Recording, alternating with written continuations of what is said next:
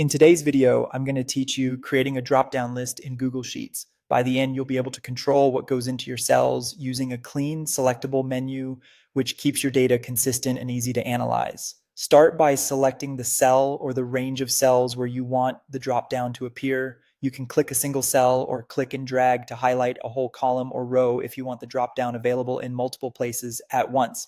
It's often helpful to select your target range first so the settings apply everywhere you need them. Next, open the data validation settings. Go to the data menu at the top and choose data validation.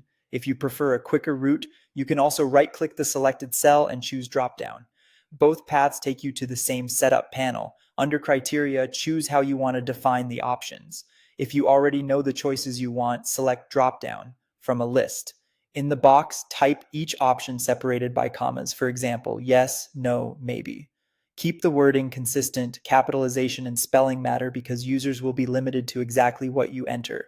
If your options already live in your sheet, pick dropdown from a range, then specify the cell range that contains the list items. A single column or row works best. Using a range is great because any changes to that list will automatically update every dropdown that references it. To prevent typos or unexpected entries, set on invalid data to reject input. This blocks anything that isn't one of your predefined choices, which is ideal for clean reports and dashboards.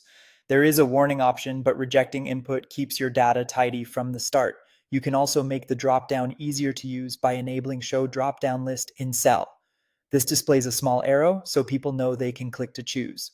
Consider adding a brief help text, something like select a status, so collaborators understand what belongs in that cell. Clear guidance reduces mistakes and speeds up data entry. When everything looks good, click Done. You should now see the drop-down indicator in your selected cell or cells. Click it to test your choices and confirm that invalid entries are blocked. If you ever need to change the options or the range, revisit data validation and update the criteria. And that's it. If you found this tutorial helpful, don't forget to like this video and subscribe to my channel for more Google Sheets tips and tutorials.